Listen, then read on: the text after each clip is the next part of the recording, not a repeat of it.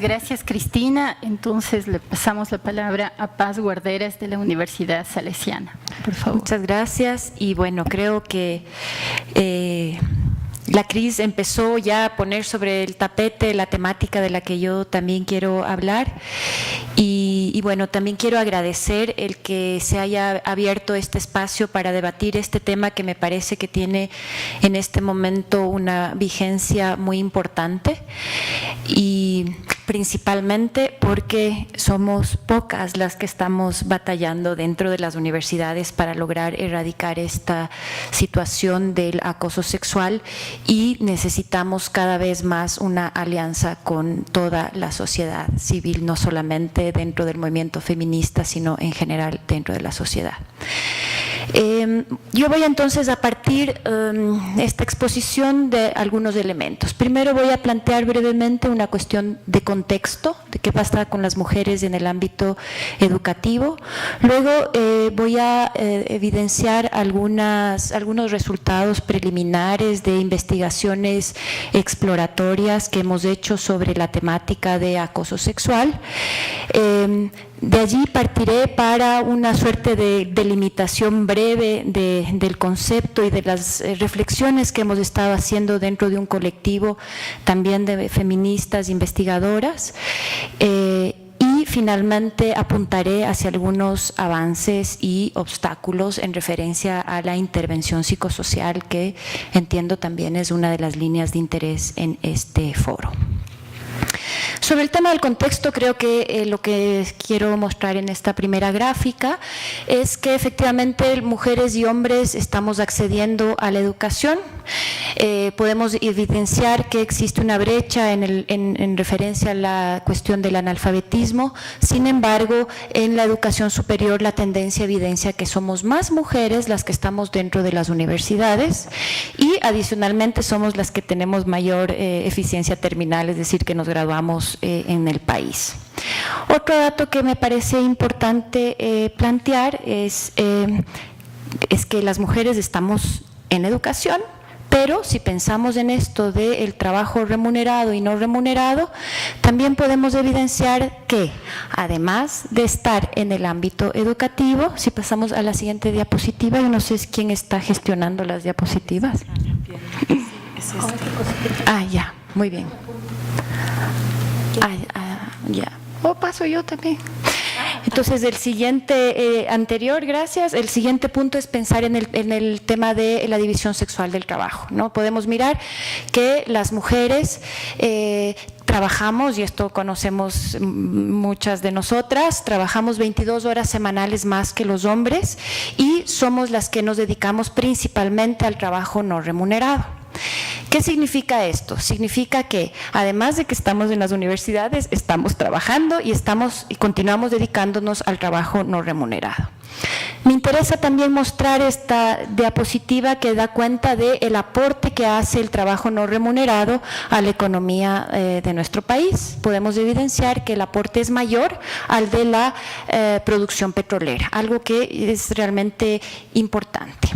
Por otro lado, la siguiente gráfica da pauta para identificar un tema que todos y todas conocemos, que es la presencia de la violencia, y conocemos que 6 de cada 10 mujeres en el Ecuador vivimos esta situación. Este es el primer punto como de contexto, ¿no?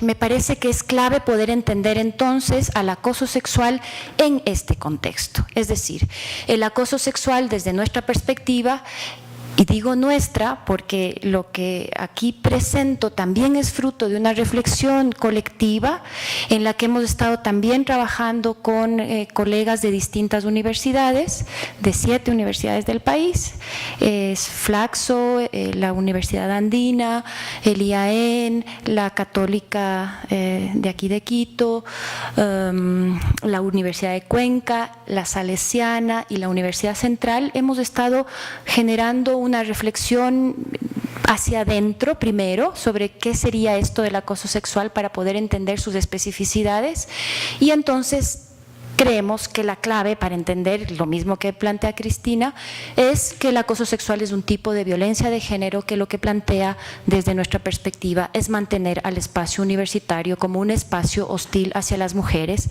de cara a lograr mantener la organización del sistema patriarcal acorde a esta división sexual del trabajo. Este es nuestro punto de partida.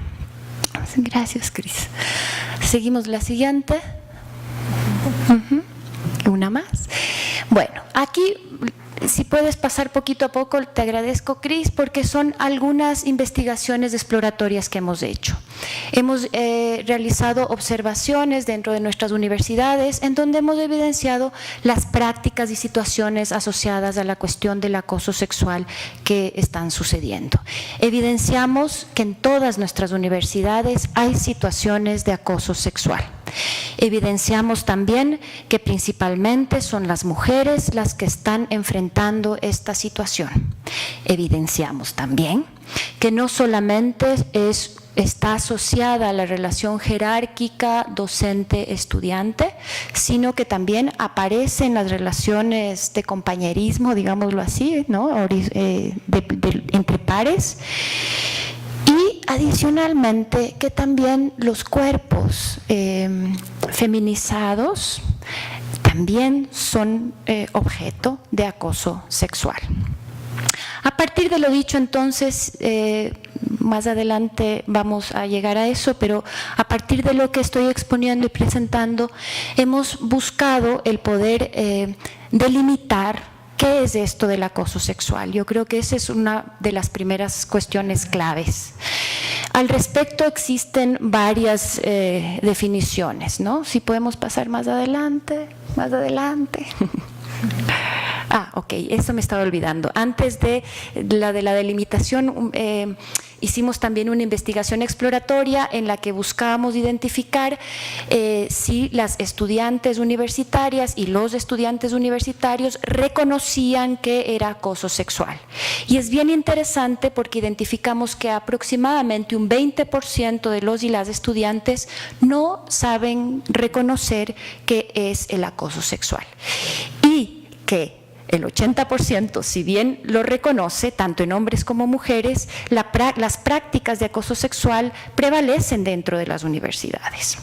Ahí sí pasamos al tema de la delimitación del concepto, porque una vez que identificamos que los y las estudiantes no reconocen que es el acoso sexual, nos parecía fundamental el poder trabajar hacia una delimitación del concepto. Entonces, como les decía, partimos, todas venimos de las perspectivas epistemológicas y metodológicas feministas, entonces no podemos pensar al acoso sexual fuera de las relaciones de poder y asociado al mantenimiento de un orden preestablecido, un orden requerido. Por eso es que yo he planteado el tema de contexto también económico como un elemento clave, pero también venimos de una reflexión en la que consideramos que es imposible pensar el tema de las relaciones de poder solamente desde la perspectiva de género, y es clave en nuestro contexto también llevar en consideración cuestiones asociadas a lo étnico, a la clase social, entre otros elementos que son fundamentales para entender la complejidad del acoso sexual.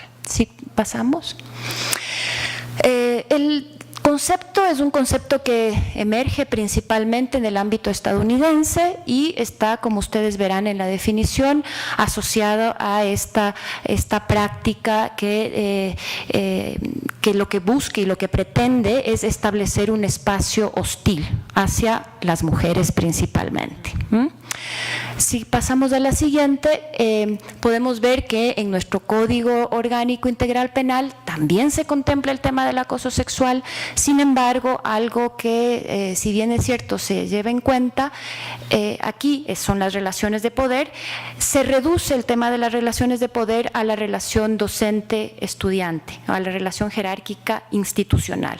Y en nuestras indagaciones cualitativas identificamos que es más complejo que esto. Entonces, es necesario poder ir apuntando hacia qué sería la cuestión del acoso sexual. Si pasamos a la siguiente.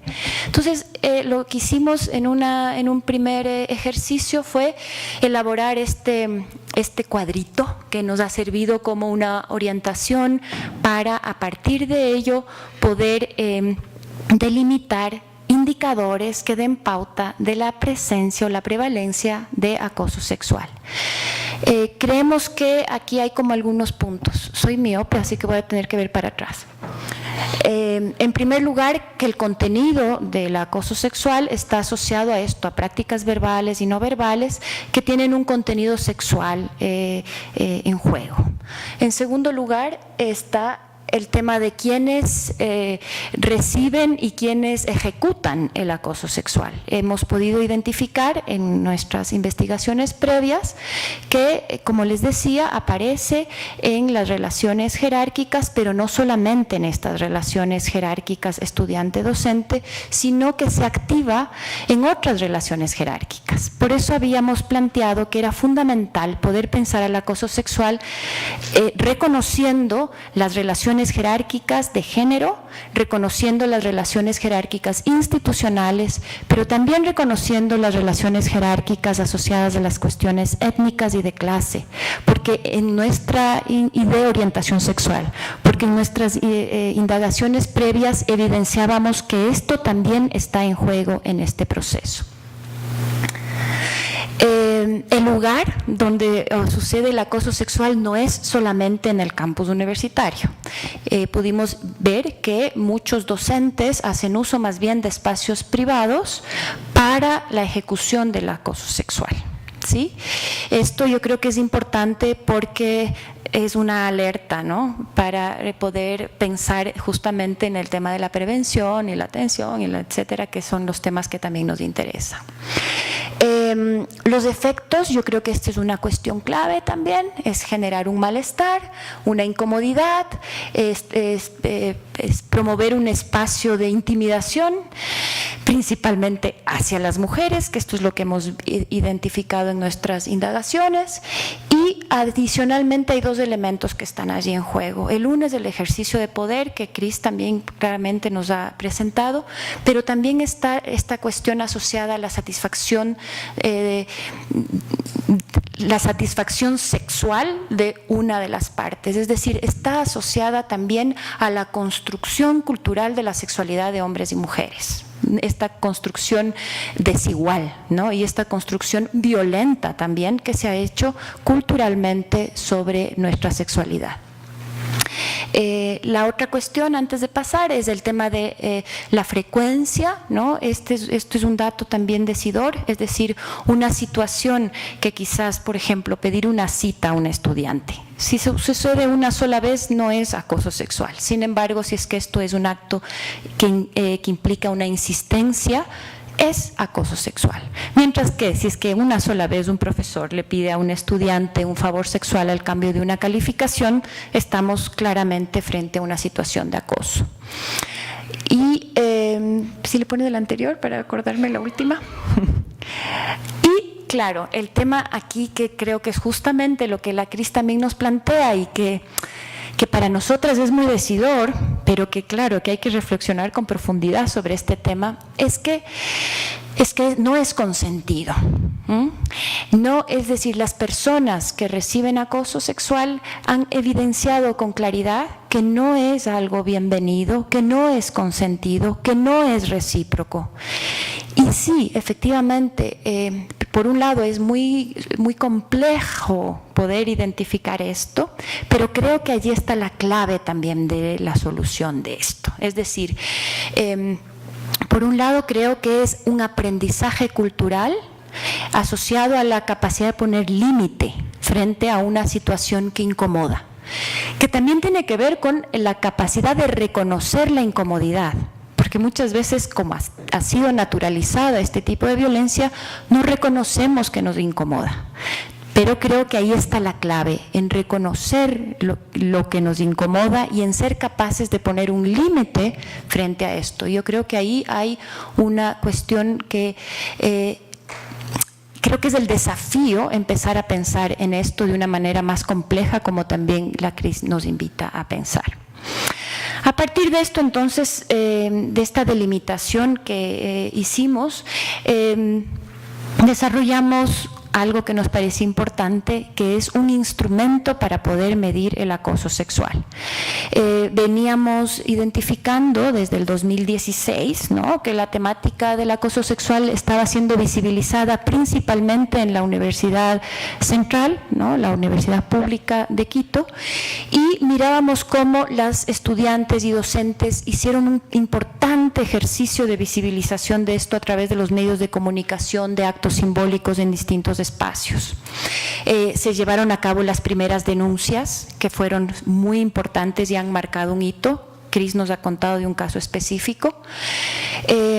Veíamos, sin embargo, que nos contábamos con datos estadísticos, y quienes estamos en el ámbito de lo psicosocial, de lo social, sabemos que para que un problema social adquiera este significado, digámoslo así, de problema social, es clave que esté acompañado por la producción o por datos duros, porque en nuestras concepciones, ¿no?, también asociadas con lógicas patriarcales, para que algo adquiera condición de verdad, el dato duro es clave. Entonces identificábamos que estratégicamente, viniendo nosotras principalmente de los aportes del conocimiento situado, es decir, de pensar que se requiere construir objetividades encarnadas, era clave el poder contar con esta data para poder llevar a cabo un claro posicionamiento de la problemática y una clara política pública.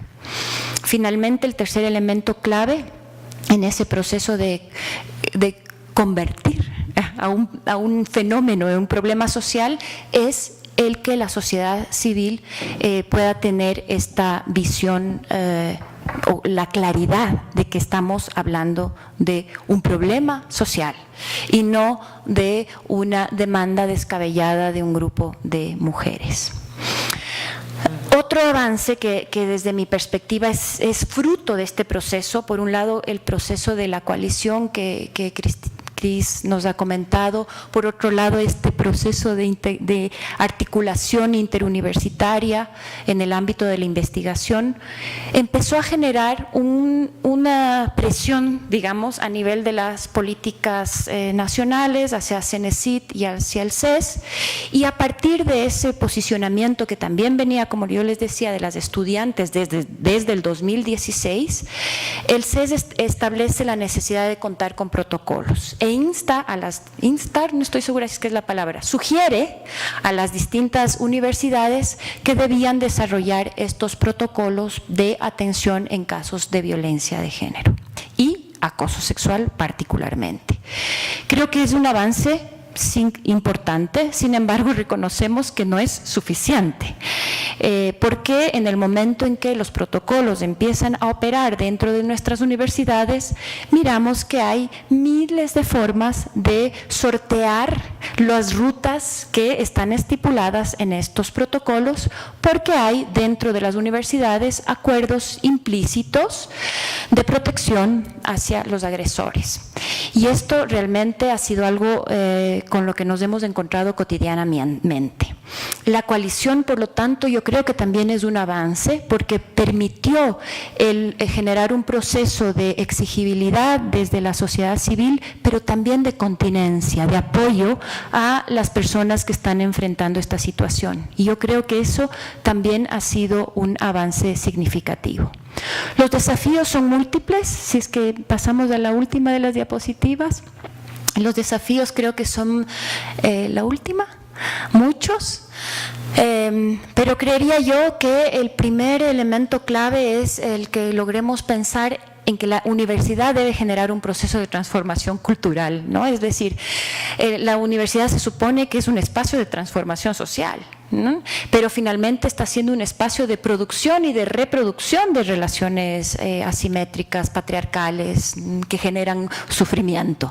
Y por lo tanto creo que el desafío está en poder generar procesos de transformación desde otro lugar. Hemos tenido algunas experiencias también en este trabajo con las estudiantes. Creemos que por allí hay un proceso de transformación profunda. Las estudiantes empiezan a reconocer qué es el acoso sexual, a enunciarlo, todavía en que las rutas de atención son las más adecuadas. Sin embargo, estamos trabajando hacia esta posibilidad de evidenciar las situaciones de acoso. Y para cerrar, 2 ideas que creo que también Cris plantea, pero que desde mi perspectiva son la clave, o 3 ideas. La primera es que tenemos la claridad de que la solución del acoso sexual no está en la vía de lo legal únicamente. Creemos que es importante este espacio, pero también consideramos que muchas veces terminamos apostando que la solución está en este espacio y nos olvidamos de este otro lugar clave, que es el de la transformación de las concepciones, prácticas que están sucediendo dentro de las universidades. Tenemos experiencias de estudiantes que están haciendo procesos de sensibilización, apenas ingresan nuevos estudiantes, se trabaja en este sentido para el reconocimiento de este espacio. Como dice la Rita Segato, no queremos tampoco